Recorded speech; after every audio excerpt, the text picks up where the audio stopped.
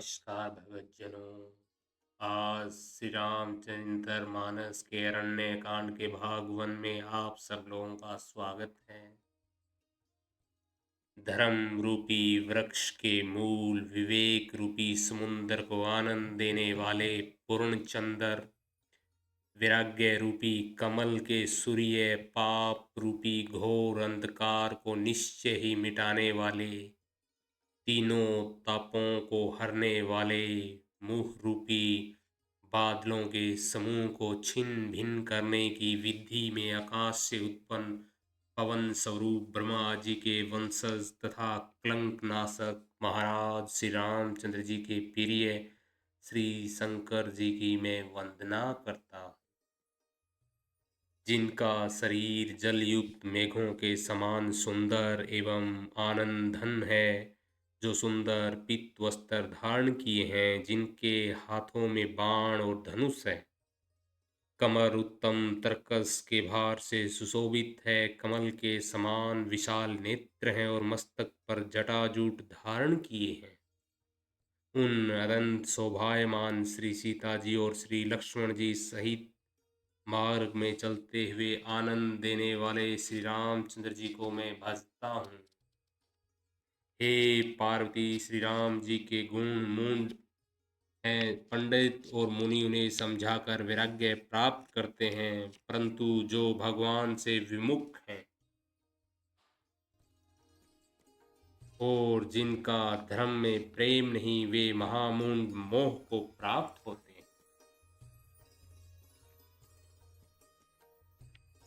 पूर्ववासियों के और भरत जी के अनुपम और सुंदर प्रेम का मैंने अपनी बुद्धि के अनुसार गान किया। अब देवता, मनुष्य और मुनियों के मन को भाने वाले प्रभु श्री रामचंद्र जी के अत्यंत पवित्र चरित्र सुनो, जिन्हें वे वन में कर रहे। एक बार सुंदर फूल चुनकर श्री राम जी ने अपने हाथों से भांति भांति के गहने बनाए और सुंदर पफ्टिक शिला पर बैठे हुए प्रभु ने आदर के साथ वे गहने श्री सीता जी को पहनाए। देवराज इंद्र का मूर्ख पुत्र जयंत कोय का रूप धारण कर कर श्री रघुनाथ जी का बल देखना चाहता है, जैसे महान मंदबुद्धि चींटी समुद्र का था पाना चाहती हो। वह मूंड मंद बुद्धि कारण से बना हुआ कौवा सीता जी के चरणों में चोंच मारकर भाग गया। जब रक्त बह चला तब श्री रघुनाथ जी ने जाना और धनुष पर सिंह सरकंडे का बाण संधान किया। श्री रघुनाथ जी जो अत्यंत ही कृपालु है और जिनका दीनों पर सदा प्रेम रहता है, उनसे भी उस अवगुणों के घर मूर्ख जयंत ने आकर छल किया। मंत्र से प्रेरित होकर वह ब्रह्मबाण दौड़ा।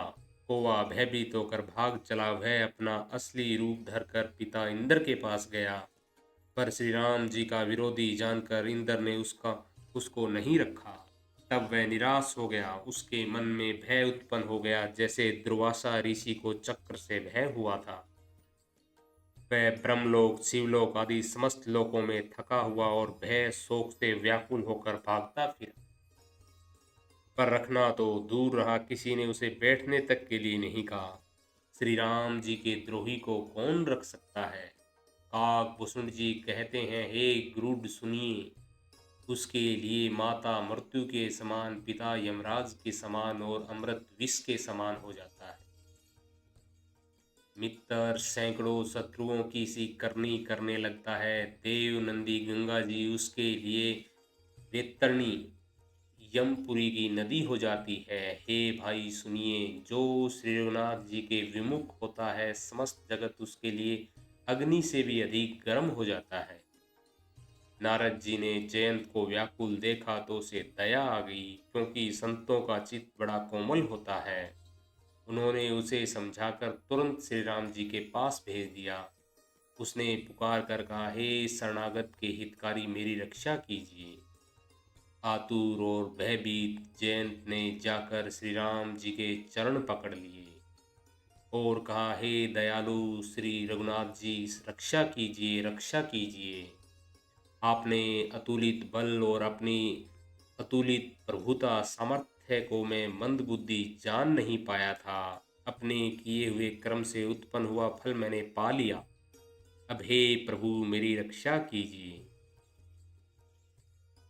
मैं आपकी शरण तक कर आया हूँ। शिव जी कहते हैं, हे पार्वती। कृपालु श्री रघुनाथ जी ने उसकी अत्यंत आर्त दुख भरी वाणी सुनकर उसे एक आंख का काना करके छोड़ दिया। उसने मोहवश द्रोह किया था, इसलिए यद्यपि उसका वध ही उचित था, पर प्रभु ने कृपा करके उसे छोड़ दिया। श्री राम जी के समान कृपालु और कौन होगा। चित्रकूट में बसकर श्री रघुनाथ जी ने बहुत से चरित्र किए और कानों को अमृत के समान प्रिय है। फिर कुछ समय पश्चात श्री राम जी ने मन में ऐसा अनुभव किया कि मुझे सब लोग जान गए हैं, इससे यहाँ बहुत भीड़ हो जाएगी। इसलिए अब मुनियों से विदा लेकर सीता जी सहित दोनों भाई चले। वह प्रभु अत्रि जी के आश्रम में गए। उनका आगमन सुनते ही महामुनि हर्षित हो गए। शरीर पुलकित हो गया। अत्रि जी उठकर दौड़े। उन्हें दौड़े आते देख श्री राम जी और भी शीघ्रता से चले। दंडवत करते हुए श्री राम जी को उठाकर मुनि ने हृदय से लगा लिया और प्रेमाश्रुओं के जल से दोनों जनों को नहला दिया। श्री राम जी की छवि देखकर मुनि के नेत्र शीतल हो गए। तब वे उनको आदरपूर्वक अपने आश्रम ले गए। पूजन करके सुंदर वचन कहकर मुनि ने मूल और फल दिए, जो प्रभु के मन को बहुत रुचे। प्रभु आसन पर विराजमान है। नेत्र भर कर उनकी शोभा देखकर परम प्रवीण मुनि श्रेष्ठ हाथ जोड़कर स्तुति करने लगे। हे भगत वत्सल, हे कृपालु, हे कोमल स्वभाव वाले, मैं आपको नमस्कार करता हूँ। निष्काम पुरुषों को अपना परम धाम देने वाले आपके चरण कमलों को मैं भजता हूँ। आप नितांत सुंदर श्याम संसार रूपी समुद्र को मथने के लिए मंद्राचल रूप फूले हुए कमल के समान नेत्रों वाले और मद आदि दोषों से छुड़ाने वाले हैं। हे प्रभु, आपकी लंबी भुजाओं का पराक्रम और आपका ऐश्वर्य अप्रेम में है, बुद्धि के परे अथवा असीम है। आप तरकस और धनुष बाण धारण करने वाले तीनों लोकों के स्वामी हैं। सूर्य वंश के भूषण महादेव जी के धनुष को तोड़ने वाले, मुनिराजों को और संतों को आनंद देने वाले तथा देवताओं के शत्रु असुरों के समूह का नाश करने वाले। आप कामदेव के शत्रु महादेव जी के द्वारा वंदित ब्रह्मा आदि देवताओं से सेवित विशुद्ध ज्ञानमय विग्रह और समस्त दोषों को नष्ट करने वाले। हे लक्ष्मीपते, हे सुखों की खान और सत्य पुरुषों की एकमात्र गति, मैं आपको नमस्कार करता हूँ। हे सचीपति, इंद्र के प्रिय छोटे भाई वामन जी, स्वरूप का शक्ति श्री सीता जी और छोटे भाई लक्ष्मण जी सहित आपको मैं भजता हूँ। जो मनुष्य मत्सर डाह यानी डाह सहित होकर आपके चरण कमलों का सेवन करते हैं, वे तर्क वितर्क अनेक प्रकार के संदेह रूपी तरंगों से पूर्ण संसार रूपी समुद्र में नहीं गिरते, अर्थात आवागमन के चक्कर में नहीं पड़ते। जो एकांतवासी पुरुष मुक्ति के लिए इंद्रियां आदि का निग्रह करके उन्हें विषयों से हटाकर प्रसन्नता पूर्वक आपको भजते हैं, वे स्वकीय गति को प्राप्त होते हैं। उनको जो एक अद्भुत माई के जगत से विलक्षण प्रभु सर्वसमर्थ इच्छा रहित ईश्वर सबके स्वामी व्यापक जगत गुरु सनातन नित्य तुर्य तीनों गुणों से सरस्वता से परे और केवल अपने स्वरूप में स्थित हैं, जो भाव प्रिय कुयोगिनों विषयी पुरुषों के लिए अत्यंत दुर्लभ, अपने भक्तों के लिए कल्प वृक्ष अर्थात उनकी समस्त कामनाओं को पूर्ण करने वाले, सम पक्षपात रहित तथा सदा सुखपूर्वक सेवन करने योग्य हैं, मैं निरंतर भजता हूँ। हे अनुपम सुंदर, हे पृथ्वीपति, हे जानकीनाथ, मैं आपको प्रणाम करता हूँ। मुझ पर प्रसन्न होइए, मैं आपको नमस्कार करता हूँ। मुझे अपने चरण कमलों की भक्ति दीजिए। जो मनुष्य उस स्तुति को आदरपूर्वक पढ़ते हैं, वे आपको भक्ति से युक्त होकर आपके परम पद को प्राप्त होते हैं, इसमें संदेह नहीं है। मुनि ने इस प्रकार विनती करके और फिर सिर नवाकर हाथ जोड़कर कहा, हे नाथ, मेरी बुद्धि आपके चरण कमलों को कभी न छोड़े। फिर परम शीलवली और विनम्र श्री सीता जी अत्रि जी की पत्नी अनसुईया जी के चरण पकड़कर उनसे मिली। ऋषि पत्नी के मन में बड़ा सुख हुआ, उन्हें आशीष देकर सीता जी को पास बैठा लिया और उन्हें ऐसे दिव्य वस्त्र और आभूषण पहनाए जो नित्य नए, निर्मल और सुहावने बने रहते हैं। फिर ऋषि पत्नी उनके बहाने मधुर और कोमल वाणियों से स्त्रियों के कुछ धर्म बखान कर कहने लगी। हे राजकुमारी सुनिए, माता पिता भाई सभी हित करने वाले हैं, परंतु ये सब एक सीमा तक ही सुख देने वाले हैं। परंतु हे जानकी पति तो मोक्ष रूप असीम सुख देने वाला है। वह स्त्री अधम है जो ऐसे पति की सेवा नहीं करती।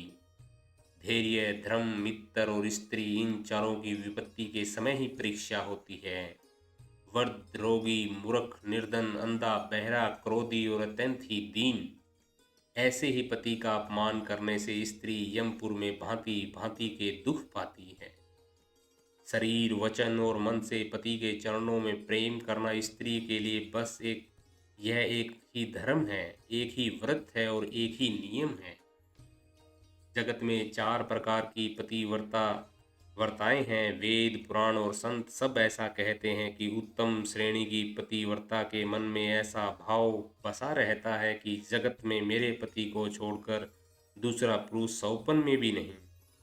मध्यम श्रेणी की पतिव्रता पराये पति को कैसे देखती है, जैसे एक उसका सगा भाई, पिता या पुत्र हो। अर्थात समान अवस्था वालों के लिए वह भाई के रूप में देखती है, बड़े को पिता के रूप में और छोटे को पुत्र के रूप में देखती है। जो धर्मों को विचार कर और अपने कुल की मर्यादा समझकर बची रहती है, वह निकृष्ट निम्न श्रेणी की स्त्री है, ऐसा वेद कहते हैं। और जो स्त्री मौका न मिलने से या भयवश पतिव्रता बनी रहती है, जगत में उसे अधम स्त्री जानना। पति को धोखा देने वाली और स्त्री प्राय पति से रति करती है, वह तो 100 कल्प तक रोरव नरक में पड़ी रहती है। क्षण भर के लिए सुख के लिए जो 100 करोड़ जन्मों के दुख को नहीं समझती, उसके समान दुष्टा कौन होगी। जो स्त्री छल छोड़कर पतिव्रत धर्म को धारण करती है, वह बिना ही परिश्रम परम गति को प्राप्त करती है। किंतु जो पति के प्रतिकूल चलती है, वह जहाँ भी जाकर जन्म लेती है, वहीं जवानी पाकर भरी जवानी में विधवा हो जाती है।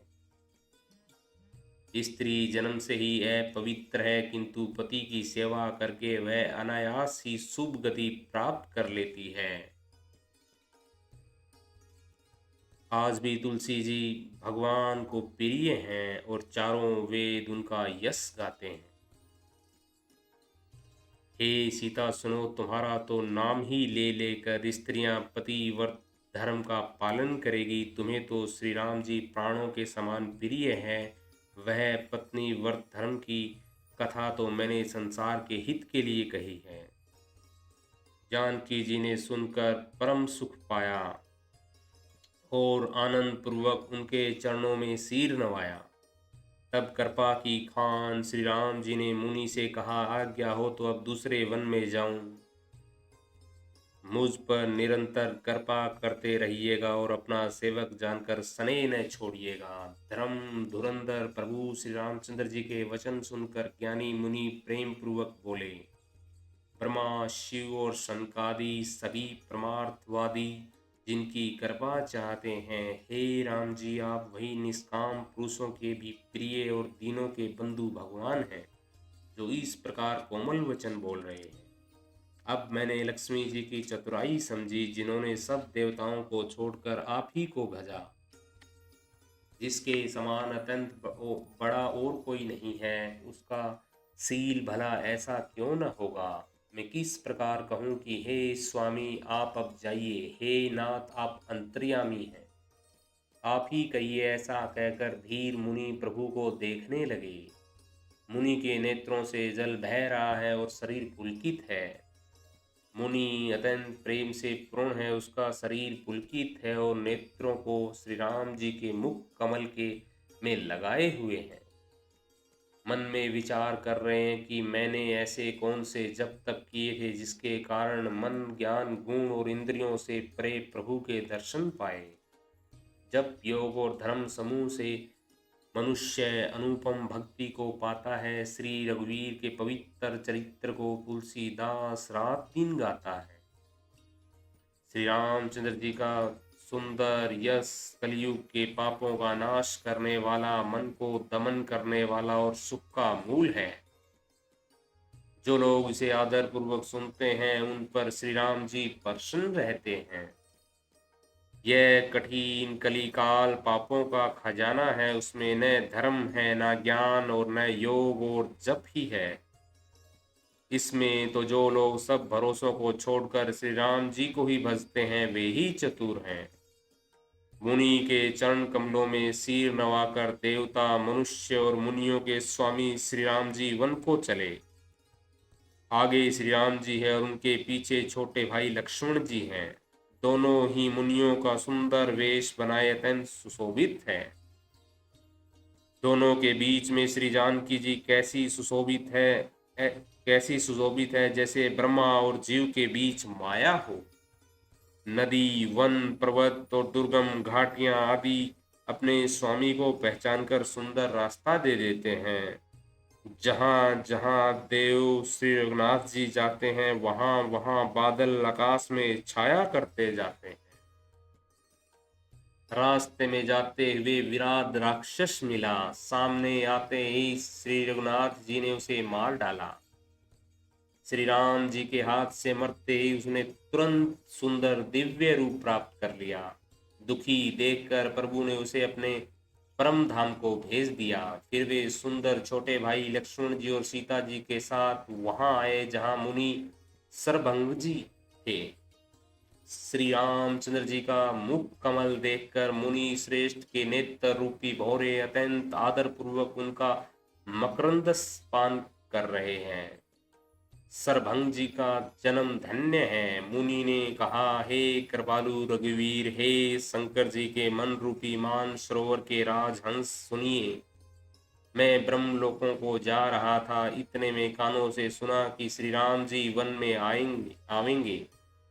तब से मैं दिन रात आपकी राह देखता हूँ। अब प्रभु को देखकर मेरी छाती शीतल हो गई। हे नाथ, मैं सब साधनों से हीन हूँ। आपने अपना दीन सेवक जानकर मुझ पर कृपा की है। हे देव, यह मुझ पर आपका एहसान नहीं है। हे भगत मंचोर, ऐसा करके आपने अपने प्राण की ही रक्षा की है। अब उस दीन के कल्याण के लिए जब तक वहां ठहरिए तब तक मैं शरीर छोड़कर आपसे मिलूं। योग, यज्ञ, जप, तप और कुछ व्रत आदि भी मुनियों ने किया था। तब प्रभु को समर्पण करके बदले में भक्ति का वरदान ले लिया। इस प्रकार चिता रचकर मुनि सरभंगी हृदय से सब आसक्ति छोड़कर उस पर जा बैठे। हे नीले मेघ के समान श्याम शरीर वाले सगुण रूप श्री राम जी, सीता जी और छोटे भाई लक्ष्मण जी सहित प्रभु निरंतर मेरे हृदय में निवास कीजिए। ऐसा कहकर सरभंग जी ने योगाग्नि से अपने शरीर को जला डाला और श्री राम जी की कृपा से वे बैकुंठ को चले गए। मुनि भगवान में लीन इसलिए नहीं हुए कि उन्होंने अपने ही भेद भक्ति का वर ले लिया था, ऋषि समूह मुनि श्रेष्ठ सरभंग जी की यह दुर्लभ गति देखकर अपने हृदय में विशेष रूप से सुखी हुए। समस्त मुनि वृंद श्री राम जी की स्तुति कर रहे हैं और कह रहे हैं, शरणागत हितकारी करुणा कंद यानी करुणा के मूल प्रभु की जय हो। फिर श्री रघुनाथ जी आगे वन में चले। श्रेष्ठ मुनियों के बहुत से समूह उनके साथ हो लिए। हड्डियों का ढेर देखकर श्री रघुनाथ जी को बड़ी दया आई। उन्होंने मुनियों से पूछा। मुनियों ने कहा, हे स्वामी, आप सर्वदर्शी सर्वज्ञ और अंतर्यामी सबके हृदय की जानने वाले हैं। जानते हुए भी अनजान की तरह हमसे कैसे पूछ रहे हैं। राक्षसों के दलों ने सब मुनियों को खा डाला है। वे सब उन्हीं की हड्डियों के ढेर हैं।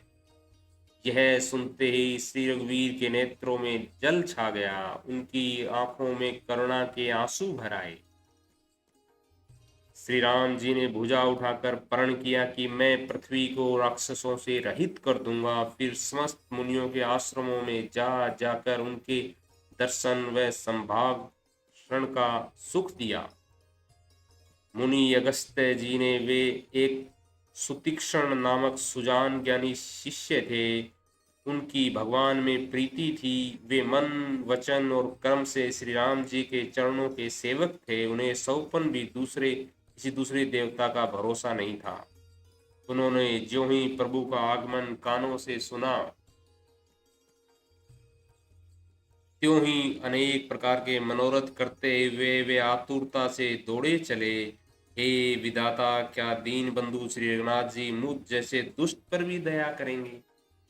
क्या स्वामी श्री राम जी छोटे भाई लक्ष्मण जी सहित मुझसे अपने सेवकों की तरह मिलेंगे?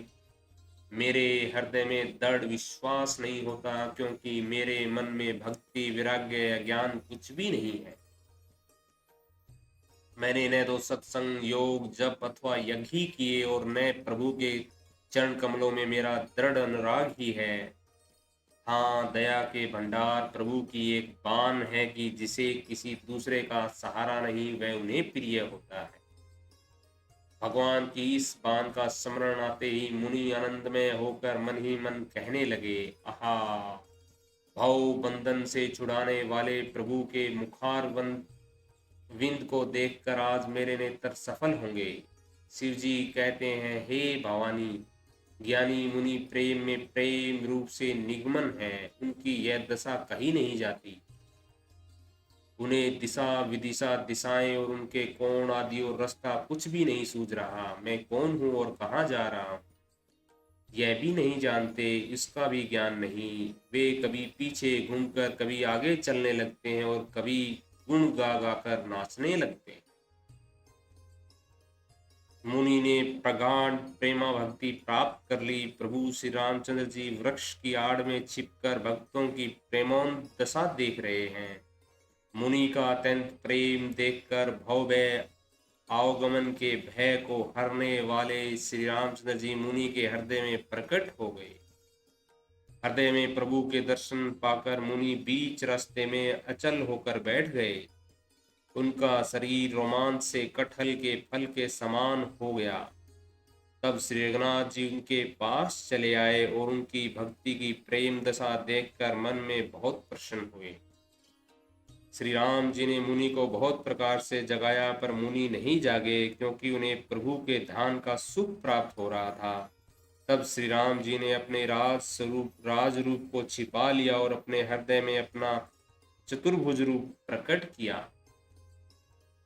तब मुनि कैसे व्याकुल होकर उठे, जैसे श्रेष्ठ सर्पमणि के बिना व्याकुल हो जाता है। मुनि ने अपने सामने सीता जी और लक्ष्मण जी सहित श्याम सुंदर विग्रह सुख धाम श्री राम जी को देखा। प्रेम में मगन हुए वे बड़भागी श्रेष्ठ मुनि लाठी की तरह गिरकर श्री रामचंद्र जी के चरणों में लग गए। श्री राम जी ने अपनी विशाल भुजाओं से पकड़कर उन्हें उठा लिया और बड़े प्रेम से हृदय में लगा रखा। कृपालु श्री रामचंद्र जी मुनि से मिलते हुए ऐसे शोभित हो रहे हैं, मानो सोने के वृक्ष से तमाल का वृक्ष गले लगकर मिल रहा हूँ। मुनि खड़े हुए श्री राम जी का मुख देख रहे हैं, मानो चित्र में लिख कर बनाए गए हों। तब मुनि ने हृदय में धीरज धरकर बार बार चरणों को स्पर्श किया, फिर प्रभु को अपने आश्रम में लाकर अनेक प्रकार से उनकी पूजा की। मुनि कहने लगे, हे प्रभु, मेरी विनती सुनिए, मैं किस प्रकार से आपकी स्तुति करूं। आपकी महिमा अपार है और मेरी बुद्धि अल्प है। जैसे सूर्य के सामने जगनों का उजाला,